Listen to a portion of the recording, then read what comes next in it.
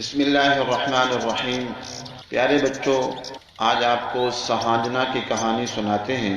پیارے بچوں، سہانجنا کا درخت 20 فٹ تک بعض اوقات اونچا ہو جاتا ہے۔ اس کا تنا سیدھا ہوتا ہے، گولائی میں 4-5 فٹ تک ہو جاتا ہے، اور اس میں تھوڑی تھوڑی شاخیں لگتی ہیں، اور اس کا چھلکا بھورے رنگ کا ہوتا ہے، اور اس کے جو پتے ہوتے ہیں وہ املی کے پتوں کی طرح ہوتے ہیں۔ پیارے بچوں، ہر درخت اللہ تعالیٰ کی عظمت اور قدرت کی عظیم نشانی ہے۔ سارے جہاں والے ایک قسم کا درخت اور پودا نہیں بنا سکتے۔ اللہ تبارک و تعالیٰ نے بے حساب قسم کے درخت اور پودے بنا دیے، اور ہر ایک میں عجیب و غریب صفات رکھ دی، اور پھر جس میں جو صفات رکھی وہ ہزاروں سال سے وہی ہیں۔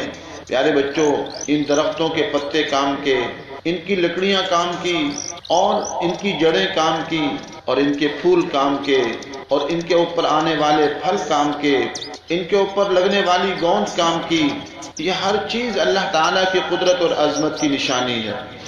اور پیارے بچوں، یہی درخت فضاؤں کو صاف کرتے ہیں، ہمیں بے حساب آکسیجن فراہم کرتے ہیں، اور ہمارے جسم سے نکلنے والی، جانداروں کے جسم سے نکلنے والی کاربن ڈائی آکسائڈ کو اپنے اندر جذب کر لیتے ہیں، اور پھر یہ فضاؤں کو ٹھنڈا کرتے ہیں۔ درختوں کے بارے میں لکھا ہے پیارے بچوں کہ اگر یہ زمین سے 10 لیٹر پانی کو چوستے ہیں تو 8 لیٹر فضاؤں میں تحلیل کر دیتے ہیں تاکہ فضائیں صاف ہوں۔ تو پیارے بچوں، یہ سب درخت اور پودے اللہ تعالیٰ کی عظمت اور قدرت کی نشانی ہے۔ پھر ہر ایک درخت اور پودے میں جو اللہ رب العزت نے اس کے پتوں کا ڈیزائن بنایا وہ پوری دنیا میں ایک ہے۔ اگر آپ دیکھیں گے، گلاب کے پتے دیکھو، گلاب کا جو پھول ہوتے ہیں اس کے پتے دیکھو، تو پتوں میں چھوٹی چھوٹی دندانے سے بنے ہوتے ہیں۔ وہ پوری دنیا میں ایسے ہی گلاب کے پتے ملیں گے۔ پیارے بچوں، ملحدین جو اللہ تعالیٰ کو نعوذ باللہ نہیں مانتے، وہ کہتے ہیں یہ سب دنیا خود بخود بنی ہے۔ ان سے پوچھو، ایک مصنوعی پتا خود بخود بن سکتا ہے؟ ایک مصنوعی پھول خود بخود بن سکتا ہے؟ ایک مصنوعی پودا اور درخت خود بخود بن سکتا ہے؟ نہیں بن سکتا۔ تو یہ لاکھوں کروڑوں قسم کے درخت اور پودے یہ خود بخود کیسے بن سکتے ہیں؟ پیارے بچوں، سہانجنا کو جو درخت ہوتا ہے اس کے پھولوں کی 3 قسمیں ہیں۔ پھولوں کے اعتبار سے یہ 3 قسمیں ہیں۔ بعضوں کے زرد قسم کے پھول ہوتے ہیں، بعضوں کے سفید ہوتے ہیں، بعضوں کے سرخ ہوتے ہیں۔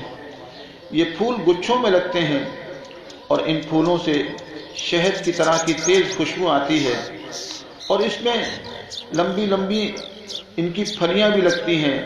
ان پھلیوں کا اچار ڈالا جاتا ہے، اور اس کے پھولوں کی سبزی بنا کر کھائی بھی جاتی ہے۔ پیارے بچوں، اس کا جو مزاج ہے وہ 30 درجے میں گرم و خشک ہے۔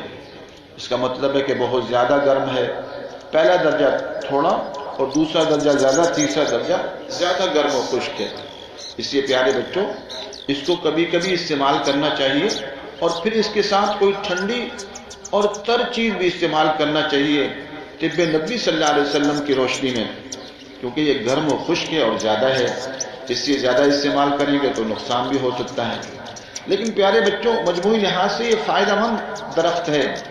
اس کے بارے میں لکھا ہے کہ یہ جو سہانجنا ہے یہ بدن میں گرمی پیدا کرتا ہے، گیسوں کو اور دردوں کو ختم کرتا ہے، اور اس کا جو درخت ہوتا ہے اس کا چھلکا اگر اس کو پیس کر کہیں ضماد کیا جائے، لگایا جائے، لیپ کیا جائے، تو وہ درد جو ریحی ہوں اور جو ہے گیس کے ہوں ان کو مفید ہے۔ ورموں کو تحلیل کرتا ہے۔ اس کے پتے بلغمی جو درد سرد ہوتا ہے اس کو فائدہ پہنچاتے ہیں، اور اس کے پتوں کو پیس کر کان میں ڈالنے سے کان کے زخم ٹھیک ہو جاتے ہیں۔ اس کے گوند کو گرم کر کے دانت کے نیچے رکھ دیا جائے تو درد اس کا دور ہو جاتا ہے انشاءاللہ تبارک و تعالی۔ اور پیارے بچوں، اس کی پھلی کا اچار ہاضمے کو قوی کرتا ہے، بلغم اور معدہ اور آنتوں کی رطوبت کو دور کرتا ہے، معدے اور آنتوں کے کیڑوں کو دور کرتا ہے، بھوک کو بڑھاتا ہے، فساد خون کو دور کرتا ہے، اور مدر بول ہے۔ مدر بول کا مطلب یہ ہوتا ہے کہ جو پیشاب کی رکاوٹ ہے اس کو دور کر دیتا ہے، مثانے کی پتھری کو توڑتا ہے، گھٹیا، گھٹیا پیارے بچوں جوڑوں کے درد کو کہتے ہیں، گھٹیا کے درد اور پیٹ کے درد کو مفید ہے، اور امراض سرد یعنی ٹھنڈے امراض جو ٹھنڈک سے پیدا ہوتے ہیں، فالج، استرخاء وغیرہ کے لیے مفید ہے۔ پیارے بچوں اس کو بنانے کا آسان طریقہ ہے، اور بنانے کا طریقہ یہ ہے، اس کی نرم اور کچی پھلیاں پانی میں جوش دے کر، پانی نکال کر اس کو دھوپ پر خشک کر لیں تھوڑا سا، اور اس کے بعد سرسوں کا تیل لے کر اس میں نمک اور رائی ملا کر اس کو دھوپ پہ رکھ دیں، جب تھوڑی سی اس میں ترشی آ جائے تو یہ اچار تیار ہو جاتا ہے۔ پیارے بچوں اس کے پھولوں کا بھی اچار ڈالا جاتا ہے، تو اللہ تبارک و تعالی نے اس میں بہت ہی فائدے مند رکھے ہیں۔ اور پیارے بچوں اس کی جڑ کا اچار کہتے ہیں بات کو دور کرتا ہے، اس کے پتوں کا ساگ دردوں کو دور کرتا ہے۔ پیارے بچوں اس کے درخت کے جو پتے ہوتے ہیں یا چھلکا ہوتا ہے، اگر تھوڑا سے لے کر اسی کے ہم وزن سیاتینوں کے تیل کے ساتھ چوٹ کے مقام پر جو ہے لگا دیے جائیں تو چوٹ جو ہے وہ ٹھیک ہو جاتی ہے۔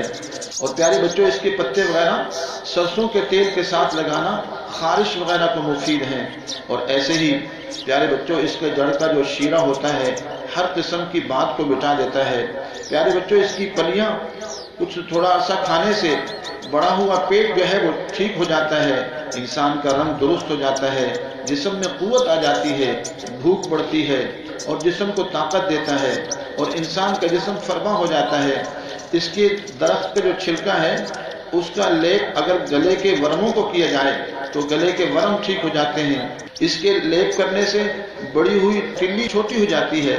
پیارے بچوں اس کو 7 ماشا کی مقدار میں لے کر جوش دے کر اور لاہوری نمک، پہاڑی نمک ملا کر پینے سے پیٹ کے کیڑے نکل جاتے ہیں اور قولن کو نفع ہوتا ہے۔